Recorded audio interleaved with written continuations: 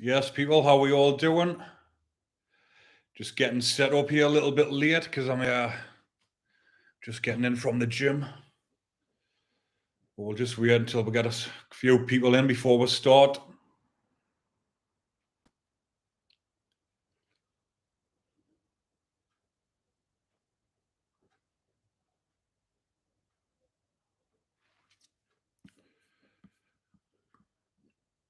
Yeah, we've got one person in. I'll just wait till there's a few more in before we get started. Here we go, there's a few coming in.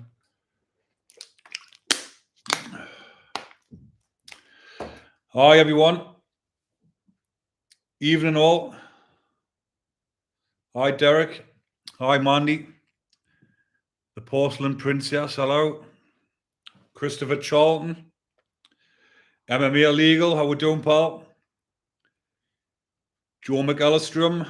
Stevie Boy Billings, how you doing, pal? Gary Moulton. John Ventris, hi. Hi, Vicky. Paul Adams, hi, mate. Jason Jackson, how you doing, pal? Jane Wright, hi, Jane. Mark Wise.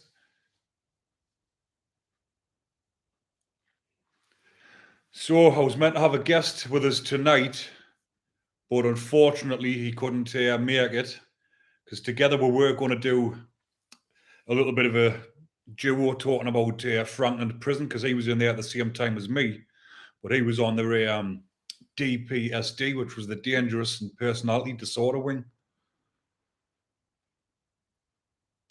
Mark Mull, Debbie French, Julie Taylor, Aria Gamer, how we doing, everybody? Derek Cook. Did you ever be in Leicester when about 15? No, I've not been into Leicester. But if you haven't seen some of the videos I've put up recently about Charles Bronson, I've done the podcast with Kevin Lane. I'm sure a lot of you would have found it funny because it was quite entertaining. And the views aren't as big as what I thought they would have been, but I've just put another one on this afternoon. Oh, sorry, I just put it on about an hour ago about Charles Bronson's son, George. And if you had a look and seen that video, the documentary, they edited the documentary to make him look bad, which they normally do. And Charles Bronson has actually fell out with his son over it. And I do feel sorry for him as well, George, because I know what them documentaries are like when they edit it. They edit it, you've got no say over it. And he explains, if you have a look at my previous video, George explains that what he said was, I'm not saying that me dad, Charles, wouldn't plunge us up in an argument. He's walking down a street. But then he went on to say, but then again, anybody could do that. So they edited that last bit out to make it look bad. But all they done on that documentary was make them both look bad, really. Because I bet you George is not a bad bloke, really. I'm actually going to try and get him on here and have a chat with him because I think a lot of you will find that interesting. Stevie Mutama, if that's how you pronounce it right. Rain Entertainment, Gary Mullen, Emma Clark, hi Emma.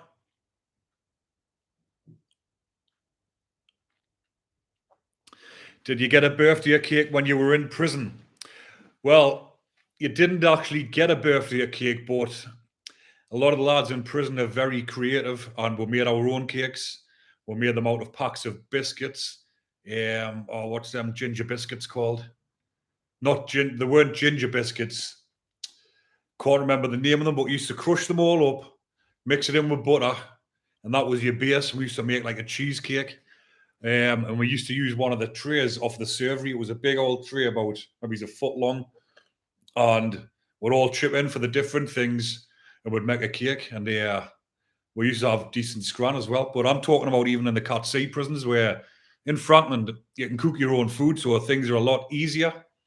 You can actually buy cakes. You can buy full chickens. You can buy everything in the high security prisons. So when you used to have a birthday in the high security prison, you would have a proper scran made off the lads. Just be like being on the yacht. Sometimes the scran you had in there is better than what I ever had before I went to prison. Yeah, steaks, bit of cake and custard afterwards. Washed down with a bit of hooch. That was when I was just when I was young in my 20s.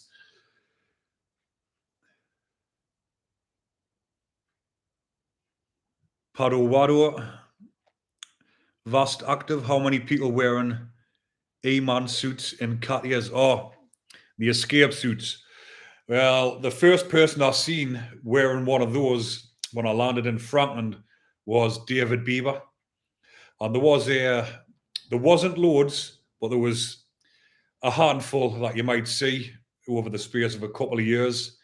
But when you see someone coming in when he says A suit, and A suit is an escape suit, it's just the same as the normal tracksuit, a prison tracksuit, apart from it's blue down one side and bright yellow on the other side. It's called an escape suit. In prison, we call it a banana suit.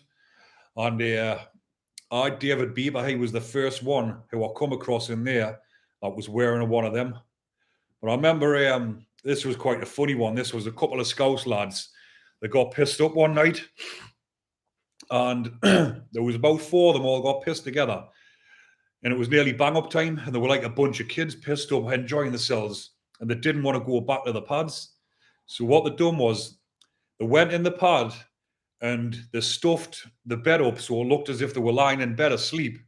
Because sometimes if screws will just open your flat look in, and if it looks as if you're lying in bed with the light out, they'll just leave you. So what happened was these three Scouse lads, well, four actually, three of them went into one lad's pad, so all four of them were in one pad. They're hiding under the bed. So when the screws come round doing the checks, these four lads were all on the same pad. When the screws had went, thought everyone was banged up. These three pads were empty, and they were all in one pad. They had the music on, drinking hooch all night. And it came to 5 o'clock in the morning. What happens at 5 o'clock in the morning? They do checks, and when they look through your pad at 5 in the morning, they've got to do it at every single pad on the wing. They look through and they've got to see that you're there. Sometimes they'll switch your night light on. A night light is a light that's not as bright as your normal light in your pad. So they'll switch that on. And if there's no movement, they'll tap on the door, rattle it. So they rattled on the door of these lads and there was no movement. So immediately they've fucking pressed the bell, thinking that they were either dead. Whether that's what they thought, because there was no response. They thought they were lying there. They're rattling on the door, but it's waking everyone up on the wing. Everyone can hear it. Rattling on the doors, and they opened the door up, went in, and seen that there was nobody in the pad. So, as you can imagine, in a high security prison, they thought they'd escaped. They checked everyone's pad, opened everyone's door individually, went in to check that there was no one else escaped. But then they come to the pad where they were all at, and they're all lying there, hungover, fucking, feeling shit because it's been on the drink all night.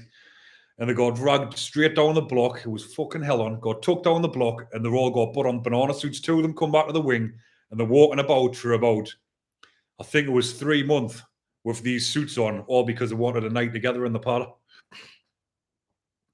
Did you see Phantom Davy? Did you see Peter Sutcliffe in Frankland? I never came across Peter Sutcliffe, but he was down on the bacon wings, and I don't think he was in the prison at the same time as me. I think he landed there after I got there. Sorry, when I left there, he landed on the. I know he caught COVID and went to Durham Hospital and died. Ian Fuller would love to smell. Hey, fuck off.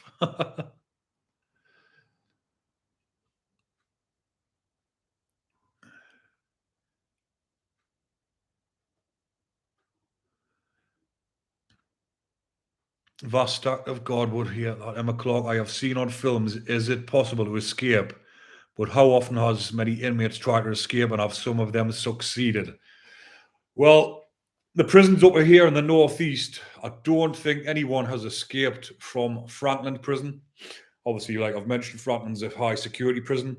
No one's ever escaped from there. And Durham prison, I think the only man that managed to escape from there was Mick Vicker, and I'm sure a lot of you would have seen the film. It's an absolute belter of a film. If you haven't seen it, go and look it up. Mick Vicker. It's a very, very old film. I'm forgetting who played the Roger Daltrey, I think it is, out of The Who. I'm sure it was him that played Mick Vicker. If any of you know, let us know. Frankland had a bacon wing. Believe it or not, when I first landed in Frankland, you had A, B, C, D were all bacon wings. E, I forget what that was. That was just a little unit thing, I believe. And then you had F and G. So you had 2 normal location lads. And then you had 4 non-swings. So this is when I went to prison, I realized how many sexual predators there actually is. In every prison I've been in, apart from Durham, because a lot of them were mixed in, Home House, Accrington, not Home House didn't, but Accrington, which is Northumberland now, there was more of them than there was of us.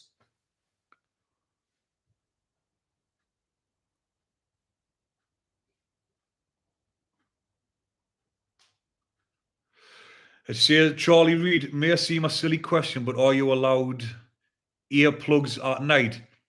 Actually, it's not a silly question because some of the prisons, especially, well, not Frankland, but some of the prisons on a night time, it's really loud. If you want to go to sleep 9 or 10 o'clock, you've got lads out the window, off the heads, just shouting all night long, banging the windows, going silly. So the screws have actually, and you've got to go to the main office and ask for earplugs.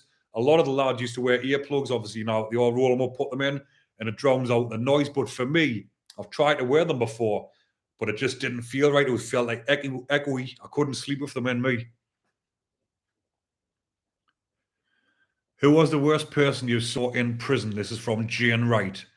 Well, I commented this on my last live stream, and the worst person I've seen, I would probably have to say Malcolm Green, because he was like a serial killer, and he was in for killing, I believe, 2 women. I'm sure one of them was a prostitute, and he dismembered the bodies and put the body parts all into different bins. MMA Legal says Simon Bowman escaped from Durham and the Ramsey brothers. Oh, I've never heard of them yet. Yeah, McVicker soundtrack, Roger. I thought it was. Boris, Shallow Grave. How we doing, Boris?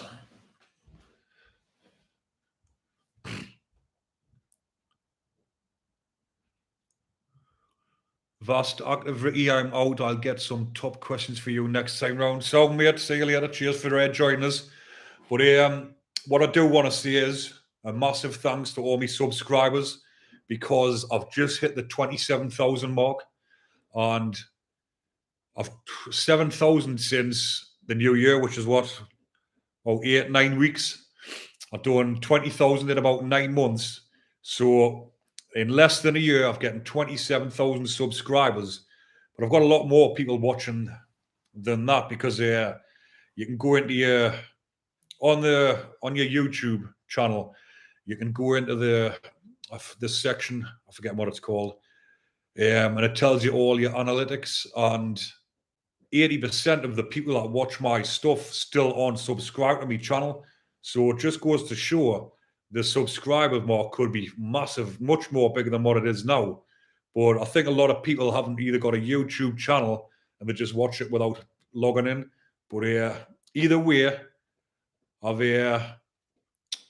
buzzing, getting over 27,000. And like I've said previously, once I reach 50,000, I'm going to give one of me subscribers £1,000. One of you lucky subscribers sitting there, I'm going to give you £1,000 for your continuing support, because obviously I get revenue now off you lot watching my videos. So to give something back, one of you is going to get £1,000, and I'll either come and hand deliver it, put it on video if you want, or if not, I'll send it via PayPal. And that's just to give a little something back for your continuing support. Bob Hollyoak, hi mate, all the way from Rugby. Kaz, how are you doing? Chris Sainsbury. Nice one, mate. Cheers for subscribing. Derek Cook, Gamer, 100k in no time, hopefully, mate. David Gannon, how you doing, pal? Congratulations on the subscribers, Ricky. Best of luck. Cheers, mate. Really appreciate it. Now, I appreciate your ongoing support because you always comment on me videos and you always comment on me Facebook stuff. And people like you who know me, I feel humbled when you're behind us because obviously what I'm doing now, changing my life around, doing all good things. And it's nice to see people that have been there themselves, who've been to prison, and they're actually behind us, giving us the support. So thanks, David. It means a lot, mate.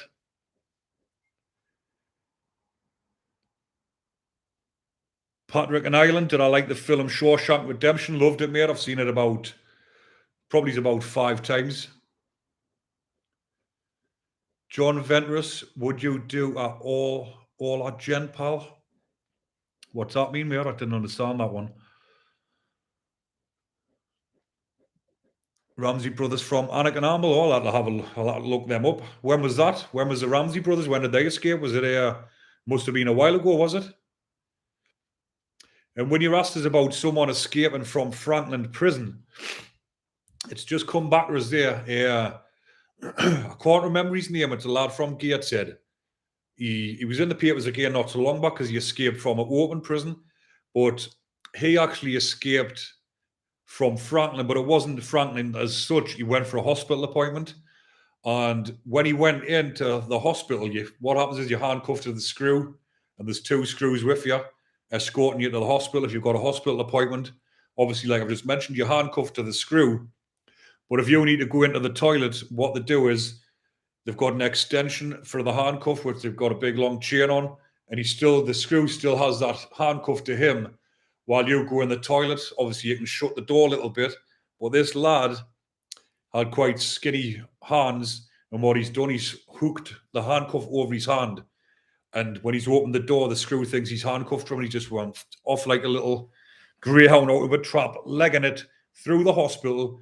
He actually got away, and this lad was doing a 17 rec for murder, and he escaped, and it was all over the news, all over the papers, and I believe he was out for a few weeks, and he got caught up in Edinburgh, I believe. I can't remember exactly, but that was the only one that escaped, but it wasn't from the actual prison, it was from a hospital.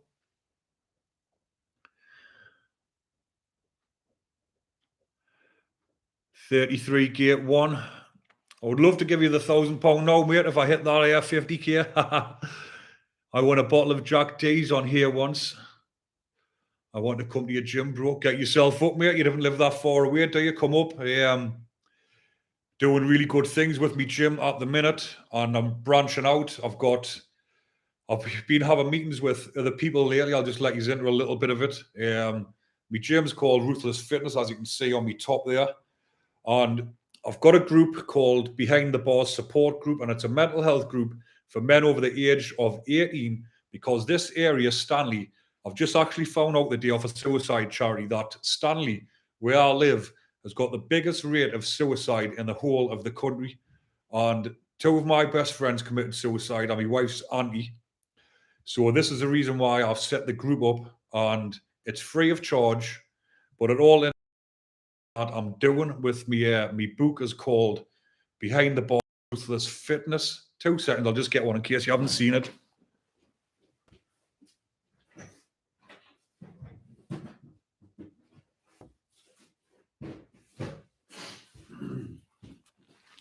So that is me book there, Behind the Bars Ruthless Fitness. What I wrote whilst I was in prison, and that's why my group's called Behind the Bars Support Group. Everything all interlinks with the book Ruthless Fitness, what I call me gym. And I do personal trainer courses, which is called Behind the Bars Education. So I'm branching out and making this massive. I'm getting approached from loads of different organizations to make me groups go a bit bigger.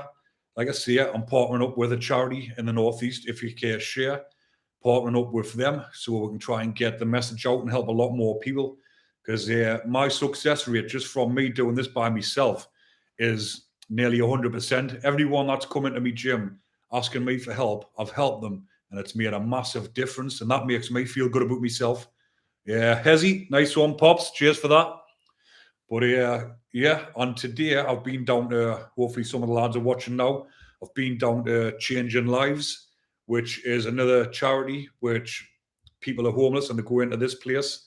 It's a good organisation what they've got going, but when you go inside, it's a bit like a Cat D prison. It's fenced in, but the staff are absolutely amazing. They do great things down there. But again, I went down there today. I took the boxing coach down, Sean, from me gym. He come down with us because he's got a good story as well. And we went and done a talk. And hopefully the lads took a lot from it. But like I say, there's no negative shite on this channel. I'm all about helping people. And that's what makes me feel good. So, yes, I'm helping a lot of kids as well. And like I say, this is going to go massive, my organisation, helping people.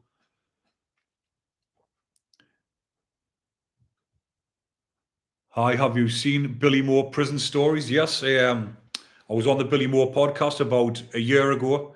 I've done about 5 podcasts before I even set my own YouTube channel up. And his was one of them. I was on Billy Moat's. I've done Steve Wraith, Billy Moat, Paul Stansby, Sean Atwood. And I went on my mate's channel. My mind's went blank. I can't remember what his channel was called. Jerry Malton, do you know Neil Spoor? Yes, I know Neil Spoor. I've known him for years. On my last sentence, I was in home house with him. He's a sound bloke. He's good stuff, Neil. Nice one, Kaz. Like I say, it's all positive on here. If anyone wants to come on and try and stir things up or talk shite, I'll just hit that block button, let them go on, because there's no point in responding to them, because a lot of people, like when I've read comments out before to me family members or different, and they're like going crazy, saying, how can you do that? Like, why are you not reacting to it? I'm saying, because it doesn't bother me. What they're saying, what they do, if they're coming on here trolling, which I don't really get any of that. I've only had it a handful of times in the whole time I've been on, but like I say, it doesn't mean nothing to me. Thanks, Emma. Dundee Utility. I'm doing good, bro. Nice one. How are you? Did prison change you? The vicar, or what's it called? The yicker. Did prison change you, or did you change you? Good question. But it was definitely both. Prison changed me because I was stuck in there and I had that much time to think.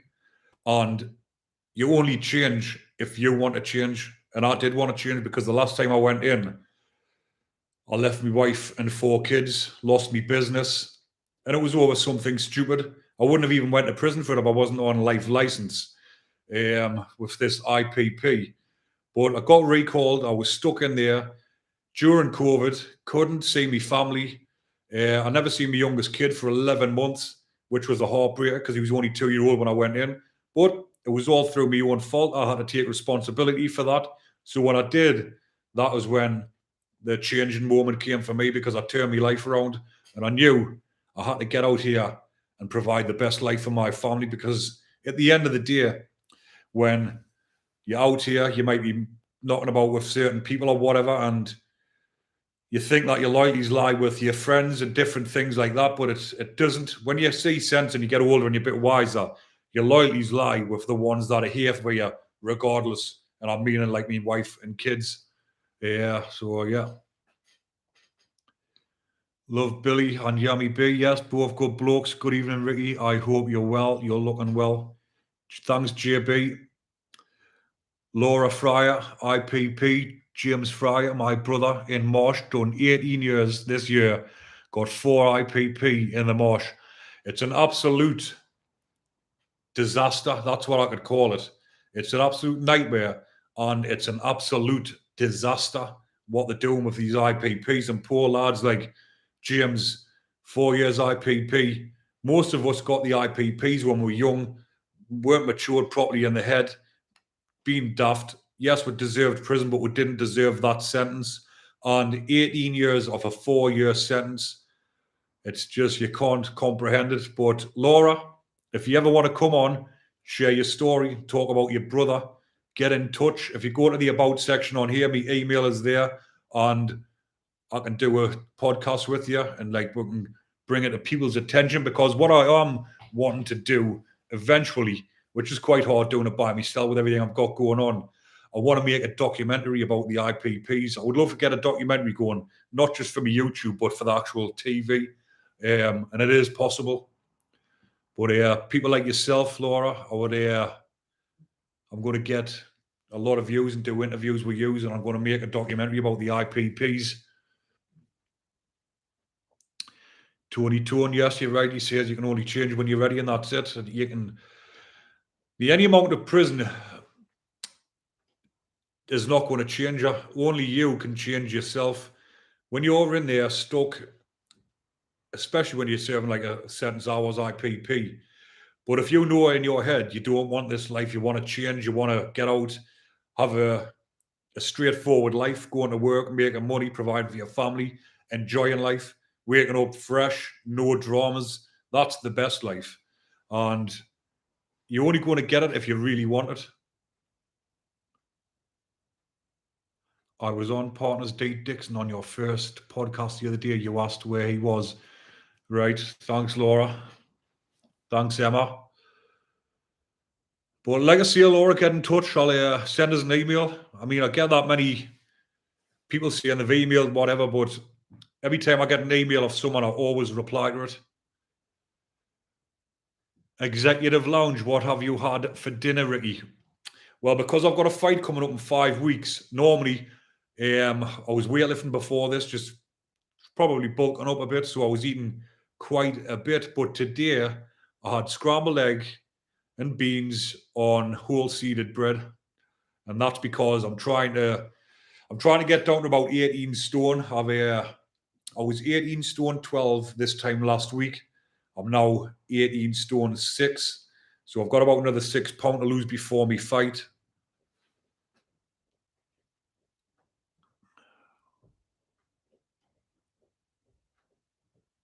I've lost 3 friends over IPP, real soldiers, so sad. They just threw them out, everyone. Absolute nightmare. I believe there's about over 80 people, 80 lads and lasses, not just lads. There's a lot of lasses got this sentence as well that did not deserve it. There was one girl who had severe mental health problems. She'd been in about 8, 9 years of a 2-year sentence. And you know what females are like anyway at that time of the month when they can be a bit ratty. So imagine having someone in prison like that with a mental health problem, trapped behind the door, not allowed out, an hour a day. And they wonder why she's kicking off, screaming at the screws, going berserk. There's people like that instead of getting the help, they're just knocking the back on the parole. So what happened was she was on suicide watch, and this meant there was a screw sitting outside of her pad making sure she couldn't do anything. And she managed to get a razor blade. And in the middle of the night, she lay in bed and she cut her own throat. I believe that's what she'd done. She cut her throat and bled out in bed. They opened the flat, looked through, and it was too late. And this lass, imagine this, man, a lass. She'd been out fighting with her mates. Yes, she was a bit of a handful, but the lass had trauma when she was a kid. So instead of these judges saying, right, IPP, get to the root of the problem, say to them, right, we're going to keep you for a certain amount of time, but you are going to be released, and give them help. Don't lock them in a cell for 23 hours a day. Give them hospital treatment. That's what they need. You can't just keep doing it. There's too many IPPs. There's 250 deaths altogether. And they're saying there's only 80 odd at the minute, I think, that they're putting down to suicide, but the rate is a lot higher. They're just trying to say it's other things. Moschino boss, you were in Pentonville for credit card fraud. So what sort of sentence did you get for that? Because most people, when you get fraud, you normally get a Cat D straight away, don't you? Laura Fryer, where do I email her? If you go to the About section on my YouTube channel, scroll along, and it's got all my links on there, but it's just rickycolleen@gmail.com. Have you had a look at the keto diet? Yeah, I haven't. I've never really gotten into that sort of thing. People's asked us that one before, like the keto or fasting, but no, I've not really. I've never tried that one yet.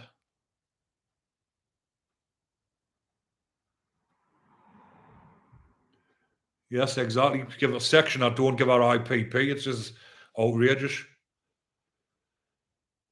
Moschino Boss, you should interview Chet Sandu. What I'm trying to do on this channel is maybe try and get people that haven't been on before. I think he's been on quite a lot. Someone I know did get in touch with him, but he said he wanted paying so much an hour to come on, where if anyone comes on here, they can plug their own books, they can put their links in, and that is how they advertise their stuff. I don't pay people to come on. I didn't get paid when I went on other people's podcasts, but maybe I will at some point. Maybe he just said that to the other person, but maybe I will do. But if there's any Scottish lads, lasses watching this, which I know there's loads, if you know anyone that's done time in the Scottish prisons, get in touch, because I've been trying to get someone on for ages to talk about the Scottish prisons. I've had a Dubzino one from Ireland talking about the Irish prisons and stuff, but I want to branch out and talk about other countries, because Scotland's got a total different system to England. They had no IPPs, and I want someone on from up Scotland to come on talk about the Scottish gangland and stuff, because it's very interesting. I've got loads of more content to come about Scotland, Ireland, even Wales, pardon me, but it's just getting the time to fit this in. Plus, I edit all my own stuff, but I am looking for someone to maybe help do me editing. I'm also looking for sponsors as well. I'm going to start advertising, saying if people want to sponsor on my channel and pay me for sponsoring their stuff. I get a lot of views on here now. Some of my podcasts have had 20-odd thousand views, 30,000. I've had videos have, I done one on Paul Sykes' son when he got done in the prison, and that had, I believe, 180,000 views, which is massive. So, yeah. JB, I've lost 1.5 pounds this week by eating better and doing 5-mile walk every day. There's times when I try to talk myself out of exercising, but your book has been invaluable, Ricky. Oh, Mint, JB, that's what it's all about. That book has changed so many lives. All home house prison, bought a load of those for the library. All the feedback I've been getting off the lads as well inside the prison. It's sold hundreds of copies worldwide, my book.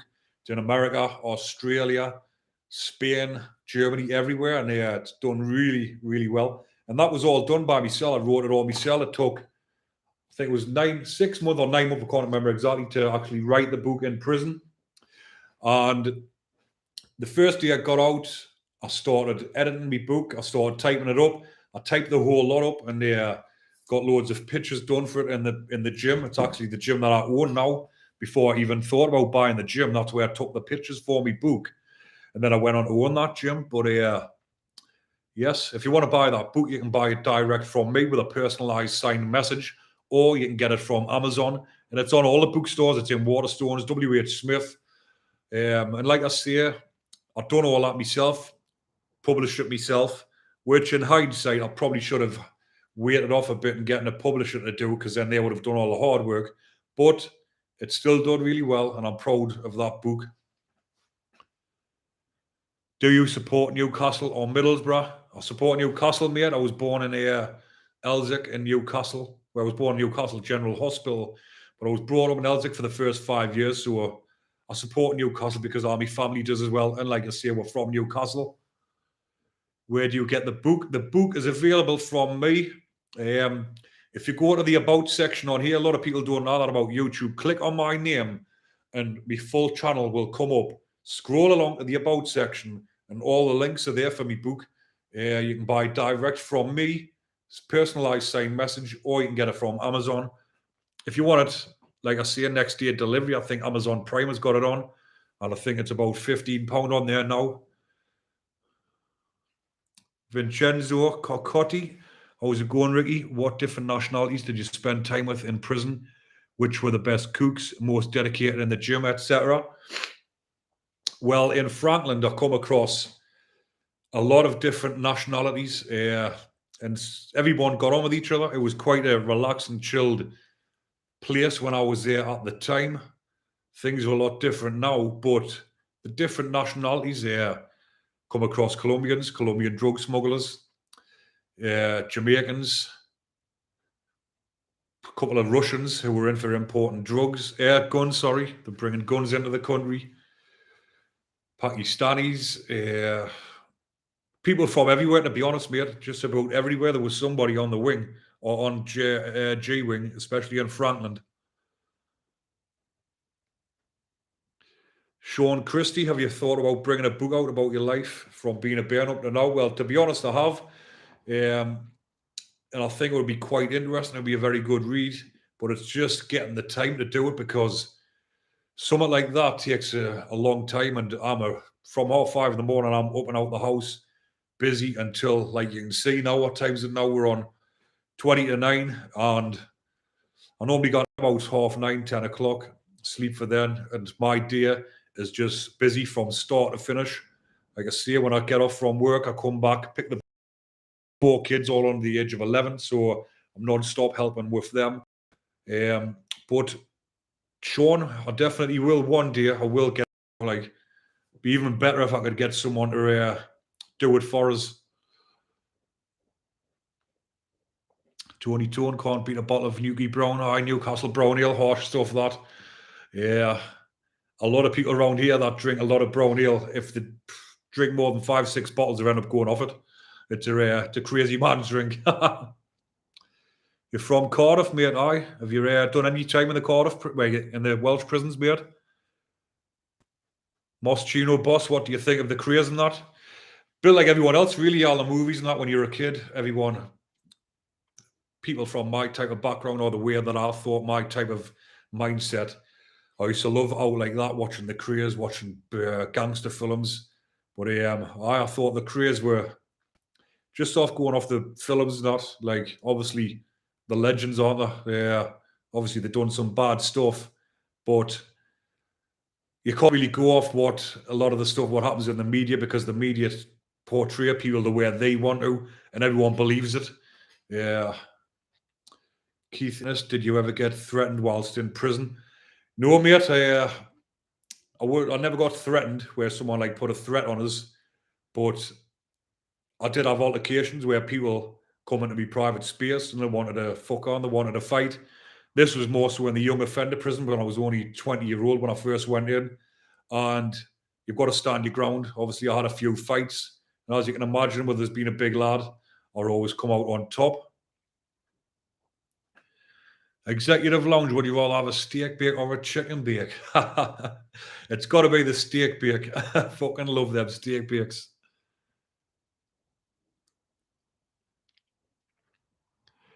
Yes, Ricky, just caught you live. Good to see a decent bloke on YouTube. That's from Blue Moon. Thank you, mate. It's nice for your appreciation and your support. Neil Stano, how you doing, pal? Jules Robson, Toon, coming at you from Newcastle. Tony Tone, yeah, about 12 years, from 93 to 2011. So which prisons were you in, Tony? Were you in this prisons in Wales? Because sometimes the Welsh lads get sent up to the prisons over here. But if you're willing to come on, mate, I would love to interview you, or we'll do a podcast together. Because like I say on this channel, I'm not just about interviewing people that are well known. I'm interviewing people that no one's really heard about, a bit like myself. They want to hear about me when I started doing all of my stuff. But some people have got a unique story. But I'm just interviewing people that's ex-offenders that have turned their lives around, just to show people that there's light at the end of the tunnel. Scouts Vigilante, hi Ricky, did you get along with any Scouts during your time? I had a lot of Scouts, Scouts lads in Frankland that I was friends with. One of the most well-known ones is Willie Moore. Got on really well with Willie. We were on the food boat together. Will Young from Liverpool, he was a sound lad as well. He's back in Frankland, stuck in the blocks at the minute, which is not a very nice situation that he's found himself in. He's stuck in the blocks. Trying to think, I came across Andy Shack. He was on G-Wing. Couple of Scouse brothers, Tommy and what the fuck? Mine just went blank there. Well, I'll come back. There was Tommy and his brother, Tommy Ashton, and Minds went blank, the other kid. The two brothers who were good lads as well. Out of all the ex-prisoners, you're a fresh and not a lunatic. Some of them like to play the part for book sales or views, or trying to act like Bronson. That's from Matt Torra. Nice Raoul Moat. Like I say, I'm not one of these that's going to go about and try and big myself up and say this prison was that, because that's not what I'm about. I want to try and educate people about prison to stop them from going there, especially the young kids and that, because it's not the best of places to be in. And a lot of young people are heading that way because they're in a bad mindset. And it's all to do with, sometimes it's all to do with the upbringing and the surroundings and the areas. But I had a good upbringing as a kid regarding my mum and dad. They've done the best for us, but the places that we lived in, the areas that we lived in, it was a rough place. And it was, obviously, we ended up doing daft stuff, getting into trouble as kids, and things spiral out from there, went on from there. Or fair play, Ricky. I will email. Nice one, Laura. Just send an email over. Blue Moon, nice one, Sean Christie. You not come across any Jarrow lads inside? Yeah, I did. There was a kid from Jarrah, Jamie. I tell you what, my mind at the minute, when I'm trying to think of something off the top of my head. Yeah, Jamie, he was doing IPP as well. He'll probably fucking know him if you're your mind just went blank. Jamie. Anyways, I can't remember it, but he was a good lad from over Jarrah doing IPP, but he's kept himself out of trouble for 10 years. And he's went on, put his appeal in. Well, not his appeal, but he's went into the parole board, put his application in, and first showed he's had his license terminated. There's two lads from up here that I know. Ricky Norton, he's another one, kept himself out of bother, put in for it, and both of them, fair play to them, they've got no IPP, and they're still on the straight path, keeping their heads down, and it's nice to see. Moschino boss, did you know Raoul Moat? Well, fully enough, I did, because before all of that stuff happened, when he with the police and all that, when he went on that mad rampage and there was a manhunt, Raoul Moat used to work on the doors in the nightclubs up at Stanley, where I'm from. So when we were kids, 15-year-old, we used to be pissed up going into the nightclubs. And he was actually a fair bloke with us. We used to get in, he'd be standing there with his big long trench coat on, looked like a big fucking gangster, just standing there. And he was fair, but he didn't take any shit. If people come in and fucked on, he used to give them a good battering and send them on the way. But I think Stanley was a bit rough for him, to be honest, because Stanley, bouncers coming over from Newcastle, still couldn't handle the Stanley lot, like, because we're a crazy bunch, or we used to be. There's a lot of crazy people up in Stanley. Like I say, it's just a little place, but there's a lot of tough lads as well. What was the first steak like when you left prison? Oh, it was absolutely lovely. Everyone wants a steak and chips with a bit of peppercorn sauce when they get out. But I'm going to knock off in the next 2 minutes. I've been on for 43 minutes here. I'll do another 2 minutes. And I'm going to go and chill with my wife, put the bairns to bed. I think most of them are asleep now, but I'm going to knock off in 2 minutes, people. Any more questions? The Kuma, do you like steroids? Yeah, it's a tricky one, steroids. Some people I just don't agree with. Some people, if they use them sensibly, they can get good results, and it doesn't do damage to them, and they don't let it affect them, because a lot of people I've seen take them and it affects the mood, and they go on stupid. They think they're massive, they think they're hard, when in fact they're just like that when they're not on them. When they're on them, they're like that. And people that act like that on them is just not worth it. But if people use them sensibly, then yes, I'm not for them and I'm not against them, but there is a lot of health risks come with steroids, so you need to know what you're doing before you do out like that. Hold your hex, I bought your book, thank you very much. Tony's done Swansea Park, High Point, Dartmoor, Portland. Tell you what, Tony, if you want to come on, if you've got a good story and you've turned your life around and you're keeping out of prison, drop us an email and get yourself on, mate. Cheers, Matt. Gene, thank you.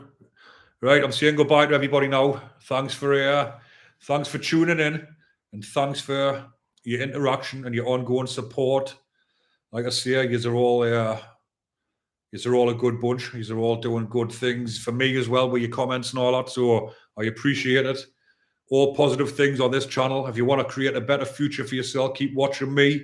I will help you along the way. I will keep putting motivation videos on. I'm not putting as many on recently because the views aren't as big. But to be honest with you, the ones that it does get through to, if it helps one person out of 100, then it's well worth it. Right. Good night, everybody. Good night, Laura. Good night, Emma. Thanks for tuning in. I'll keep doing these lives because obviously I've never done them before, and they're actually good. I'm enjoying them. So nice one. Thank you very much, people. Good night. God bless.